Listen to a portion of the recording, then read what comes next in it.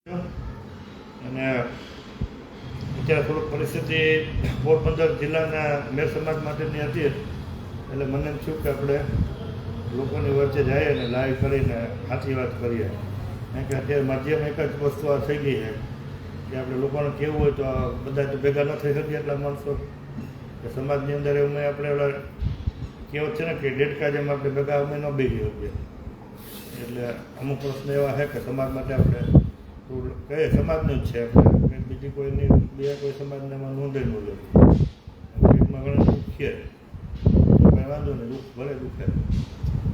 સાચી વાતો કરવી છે, બધાને રામ રામ રૂપે કીધો જરાક તમે ચાલુ રાખો તો એમ કહો જોડાતા જઈએ.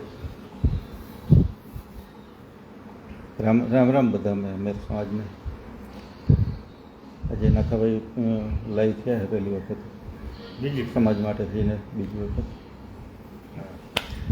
એટલે આ પ્રશ્ન એ છે કે અત્યારે મેર સમાજની અંદર તમે જુઓ ને, તમે જ્યાં જોયો ત્યાં આ પરિસ્થિતિ કેટલી ભયંકર થઈ ગઈ છે કે કોઈને ફરિયાદ કરવી હોય તો ફરિયાદમાં અત્યારે કોઈ સાંભળવાનું છે નહીં, કોઈ લેતું નથી. હમણાં બેનનો મને ફોન આવ્યો હતો કલાક પહેલાં કે ભાઈ મારા કંઈક ફરિયાદી કે કોઈ લેતું નથી ને સાંભળતું નથી ને મેં દવા પીધી તો પોલીસવાળા સિવિલ હોસ્પિટલને દાખલ હોવા છતાં પણ એ નોંધ ન લીધી એમ. એટલે એનો મને વિડીયો એને ઓડિયો નાખેલો હે.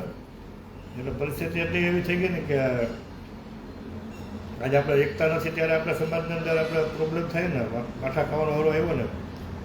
હમણાં દાખલો તમને જોયો તો કદાચ તમે રાજકોટનો જોયો હોય પીટી જાડેજાનો.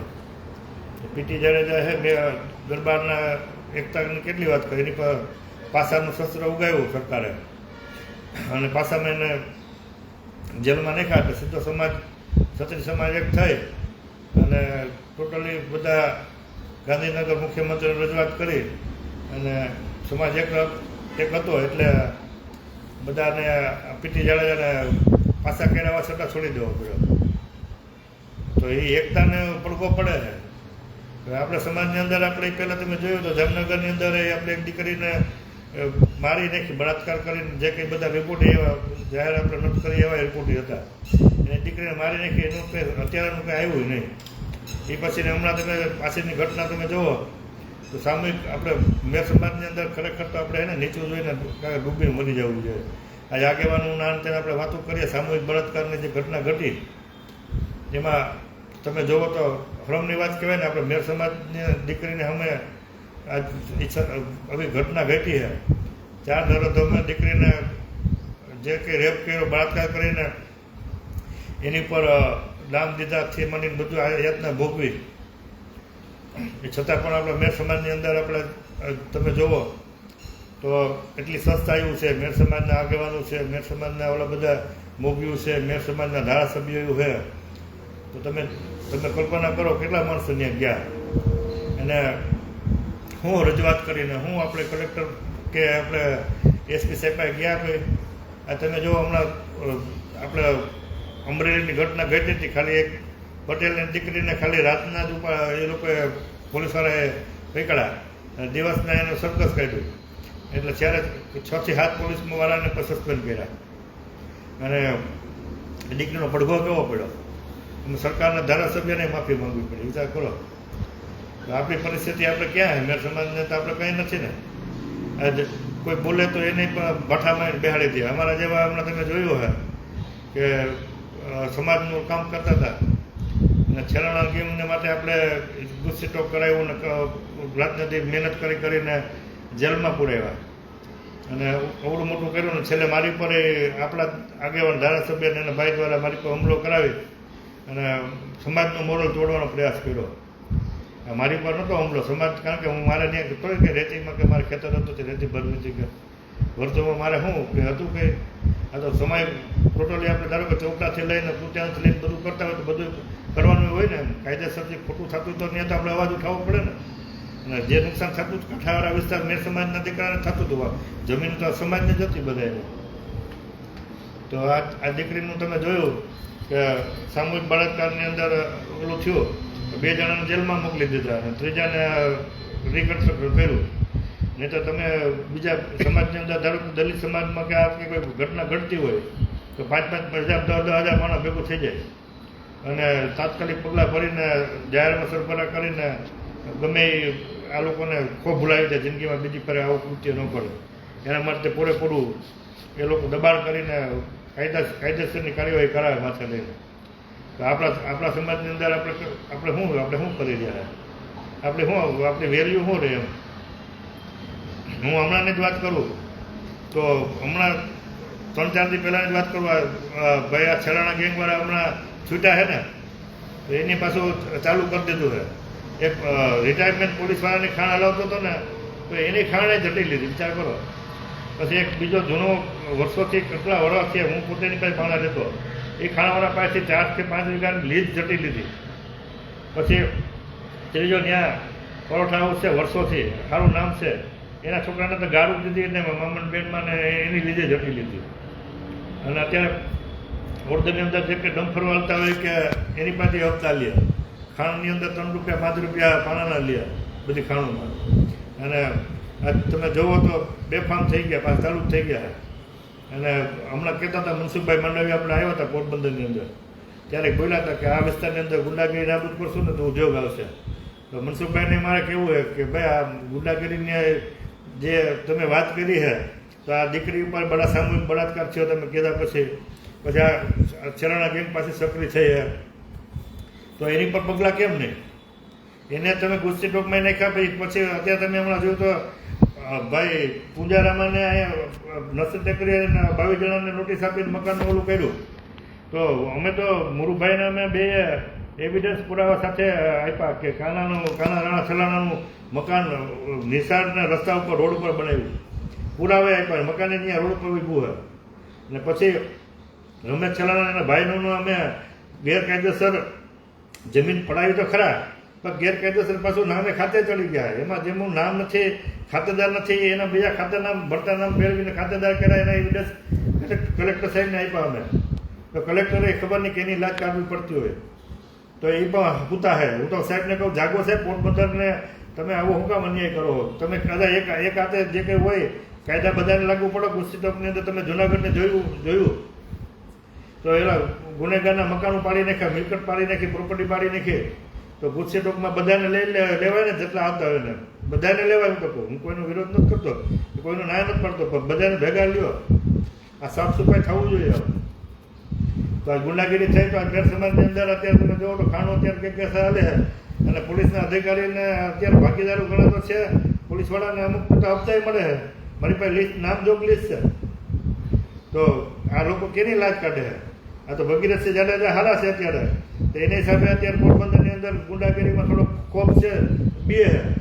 બાકી ભગીરથસિંહ બાપુને જાડેજામાં સાહેબ એસપી સાહેબની પેલી થઈ એટલે તો પોરબંદરની અંદર પૂરું ખાણું હાલે મને છે અત્યારે જો કે અત્યારે 24 કલાકે જ હાલે હે. અને ખાણ ખનીજવાળા તો ખાલી નામના ખાણ ખનીજવાળા મોટા ચોર બેઠા છે. એ તો પાછળ રહીને ચોરી કરાવે. એટલે મને ઘણા કહે છે કે ના સાહેબ તમે થોડુંક અમારા હાથમાં આ કરો ને ફલાણું કરો ને કારણ કે અમારા ઘરના પ્રોબ્લેમ છે ને આ દીકરાનો પ્રોબ્લેમ છે ને. તો હું કંઈ ચૂંટાયેલો માણસ છું? આ ચૂંટાયેલા ધારાસભ્ય હોય હમણાં તમે જોયું તો હમણાં પોરબંદરના ધારાસભ્ય કીધું કે 15મી ઓગસ્ટમાં રાજ્ય લેવલનું અહીંયા આપણે ગણતંત્ર દિવસ ને મુરુભાઈ અહીં પોરબંદરમાં આવવાનું હોય તો મહામહિમ આવવાના છે ને કે આનંદો થઈ ગયો જો. એની પાછું ધારાસભ્ય પોતે લોક દરબાર બોલાવીને બધાને પ્રશ્ન સોલ્વ કરે. તો એ ધારાસભ્યને અહીં નથી જવાતું આ દીકરીને 5 મિનિટ બે હવા કે એસપી સાહેબને કહેવાય કે ભાઈ આવું બનાવ બની રહ્યા તો તમે શું કરો? તો એ ત્યારે તો એ ચૂપ થઈ જાય છે. આ છેલ્લાના ગેમનું વાત આવે તો સાના મોનું થઈ જાય છે. તો એને હું લાજ કાઢવી પડે પોરબંદરના ધારાસભ્યને.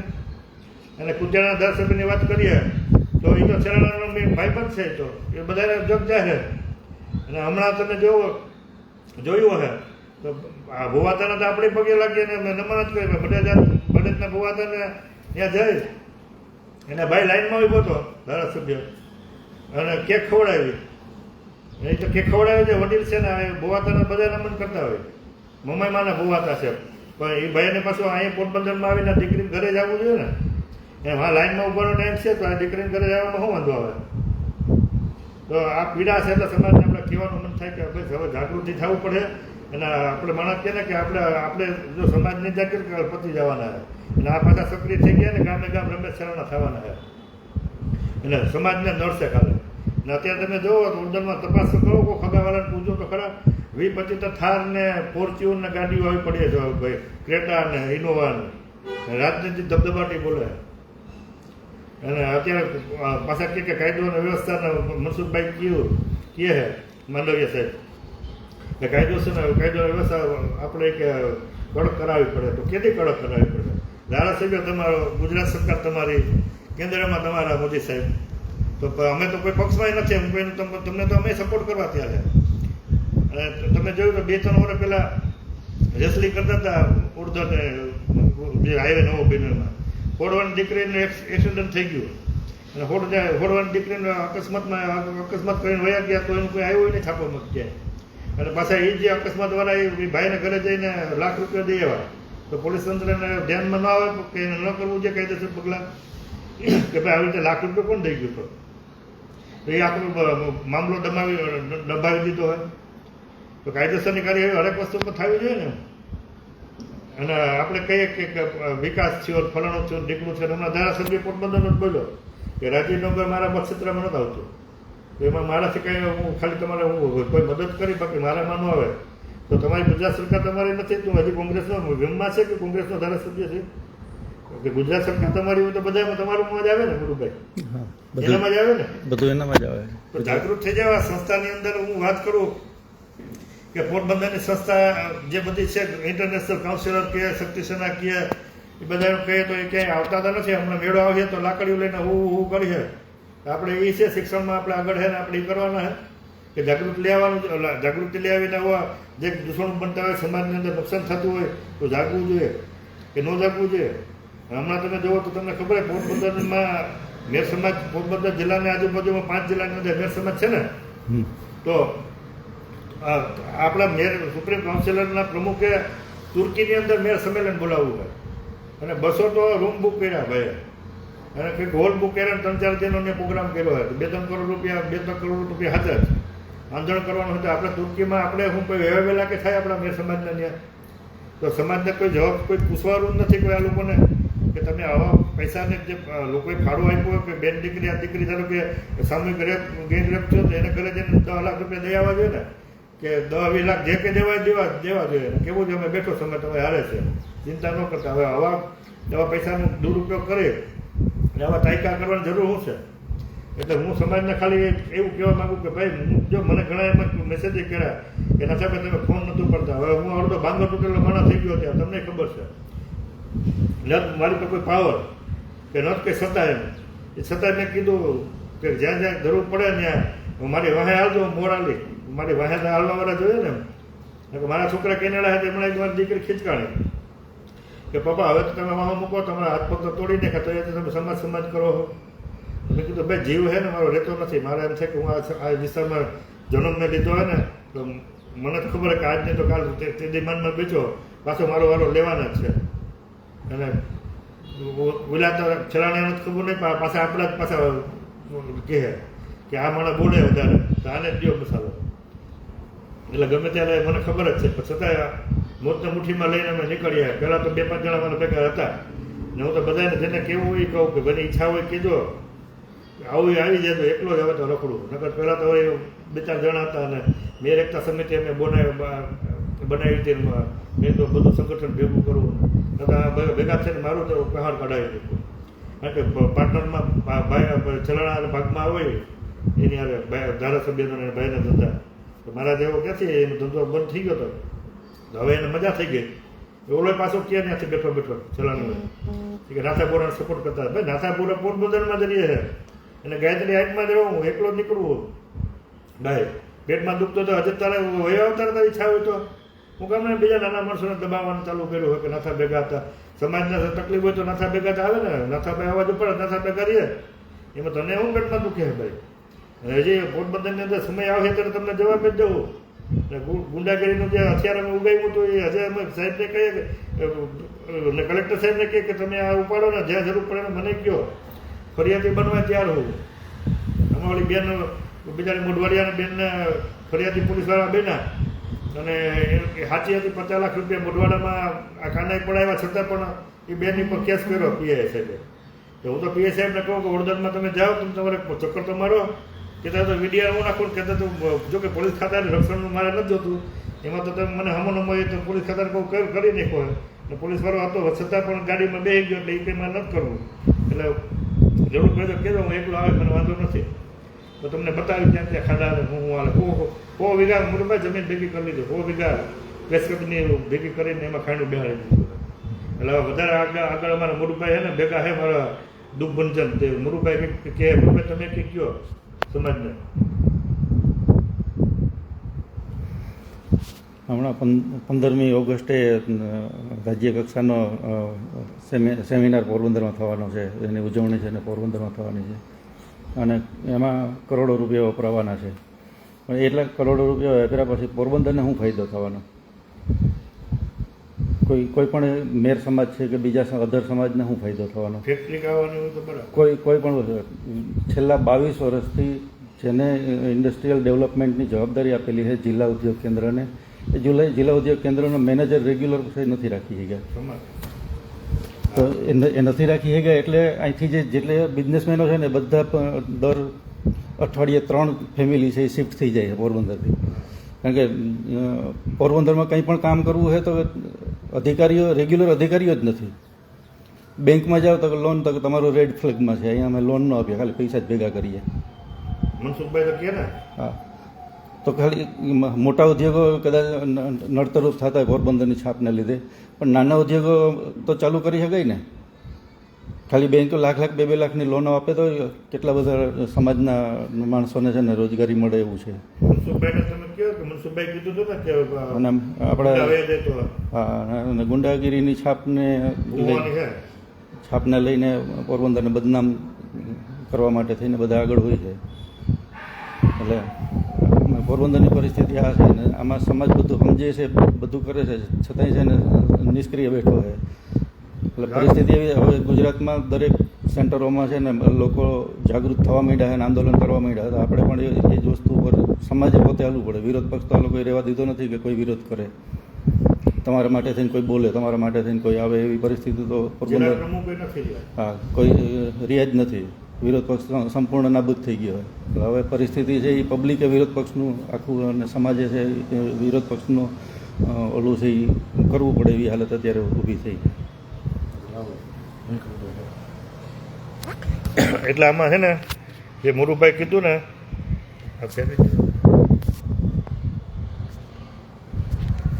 એટલે લોકો કોઈને તો ભૂખ લાગે ભાઈ કંઈ કહેવાય ગયું તો માફ કરજો, કોઈને મારે કોઈને દિલ દુખે એ વાત નથી. પણ હવે પીડા છે તો છોકરા કહે કે પપ્પા માથાકૂટ મૂકી દે. હવે આ દીકરી ઉપર આવા બનાવ બનતા હોય અને આ પાછા ગેંગુ સક્રિય થઈ છે તો આપણા સમાજને નુકસાન થાય તો અમારે એમ થયું કે મારે કહેવું જોઈએ. એટલે મેં તો આ થોડા 2 શબ્દો મેં કીધા છે. ભાઈ છતાં પણ મારા લાયક કંઈ કામ હોય તો હું તમને તો ખબર છે કે હું એવો હારું કે ભાગી જાઉં કે સમાજને ગામ છોડીને ભાગી જાવ મને હું નથી. એમ જ્યારે જાય ત્યારે હું બધાને કહીને જાય કે હું હવે તમે આમ સંભાળજો બધું ને સરખું મેર સમાજનું થઈ જાય, થોડીક તાકાત આપણી ઊભી થાય. પછી હું મારી ઈચ્છા હોય તો હું જાય વિદેશ ફરવા જાય, પણ હું ભાગી જ નહીં જાઉં એમ. અને તો આપણા વિસ્તારની અંદર જે પીડા છે એ બધાને જાગૃત થાવ અને જ્યાં જરૂર પડે ને હું મારે બેસ્ટ ટ્રાય કરી જાઉં. એમ નથી કહેતો કોઈ ઘણા મને ફોન કરે કે બાઈ ભાગી ગઈ ને અમે 2 માણસ બાયદા અને દારૂ પીતો હતો ને, તો એવું મારાથી હવે નથી થતું ભાઈ. એટલે એમાં મને માફ કરજો. પણ કોઈ સમાજનો પ્રશ્ન હોય કે બેન દીકરીનો પ્રશ્ન હોય, કોઈ મોટો પ્રશ્ન હોય ને તો હું તમને પોલીસ ખાતામાં ભેગું આવી ફરિયાદ ગુના દાખલ ન થતા તો કરાવી, ન એ છતાં ન થાય તો આપણે ગાંધીનગર જવું, મુખ્યમંત્રીને રજૂઆત કરશું, બધું થાય જેટલું થાય એટલું કરશું ભાઈ. ખોટા ઝીણા મોટા મને મહેરબાની કરીને હાથ જોડીને વિનંતી કરું કે એમાં મને ખોટા ડિસ્ટર્બ ન કરતા. કારણ કે હું અડધો ભાંગેલો હોઉં, તમને ખબર છે કે મારી પરિસ્થિતિ તમને ખબર છે કે હું છે હું નહીં. એ છતાં તો પેટમાં નથી રહેવાતું ને સમાજનો જે નથી જોઈ શકતા અમુક વસ્તુ આ ચલાણા પાછા સક્રિય થયા છે. તો જો નહીં જાગીએ ને તો આપણે ગામે ગામ થવાનો હોય વારો બધા મેર સમાજનો લગભગ લઈ લે, પછી ગામ ચલાણા જ રહે પછી. એટલે જાગજો ને કંઈ મારું કોઈને માઠું લાગ્યું તો માફ કરજો. અને ધારાસભ્યને કહું જાગી જજો ને કે પાછી હમણાં 2027માં ચૂંટણી આવે ત્યારે પબ્લિક જાગી ગઈ અને સમજી જશે કમસે કમ તમારી આપણે બાધમાં લડીએ નહીં તો બટન દેવા બાબા નહીં જ કાંઈ એમ. અને અમારે તો કોઈ રાજકીય કોઈ છે નહીં. હું નહોતો અત્યારે આમ આદમીમાં, નથી કોંગ્રેસમાં, નથી ભાજપમાં. એટલે કોઈ જણા એવો વેનમાં નહોતો કે મારે ચૂંટણી લડવા માટેના મારા પ્રયાસ છે. એટલે હારા માણ આગળ આવે ને આ સમાજ આગળ વધે એમાં હું સપોર્ટ કરવા તૈયાર છું. બાકી મારી કોઈ અત્યારે હાલમાં કોઈ એવી ઈચ્છા નથી કે કોઈ એવા હાટું નથી કરતો, કોઈ મગજમાં ન રાખતા કે નથાભાઈને ધારાસભ્ય બનવું. કે હું ધારાસભ્ય જ છું તમારી દયાથી. તમે મને કહો ને તમારો અવાજ ઉપાડીને મારે તમારું કામ થઈ જાય ને સમાજને ન્યાય મળે એટલે આપણે બસ એ જ જોઈએ. બીજું કે આપણે કંઈ લડવાનું કંઈ આ કંઈ આપણી કંઈ ઈચ્છા નથી એમ.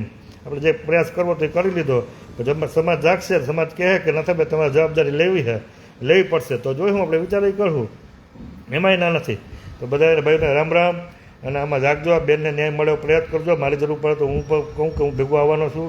આ બધી સંસ્થાઓને કહે તમે પણ જાગો, સમાજને થોડીક મદદ કરો. સમાજ અત્યારે દુઃખી છે, તકલીફમાં છે, તો બધાને જાગવું જોઈએ. ધારાસભ્યને કહો તમારે કામ છે કેક ખવડાવવાના, તો બધું સાઈડમાં થતું હોય અને આપણો જે લોક દરબાર કરીને બેઠો હોય એને પોરબંદરના ધારાસભ્યને કહું કે ભાઈ તું માસ્તરગીરી મૂકીને મેયર બની જા અને મેયર સમાજને અન્યાય થાય તો એમાં ન્યાય દેવડા મારો ભાઈ. બીજી ફેરે તને હે ને પોરબંદરની જનતાએ માફ નહીં કરે અને પોરબંદરનો મેયર સમાજે માફ નહીં કરે. બધા ભાઈને રામ રામ, સીતારામ બેનુને જય સિયા રામ.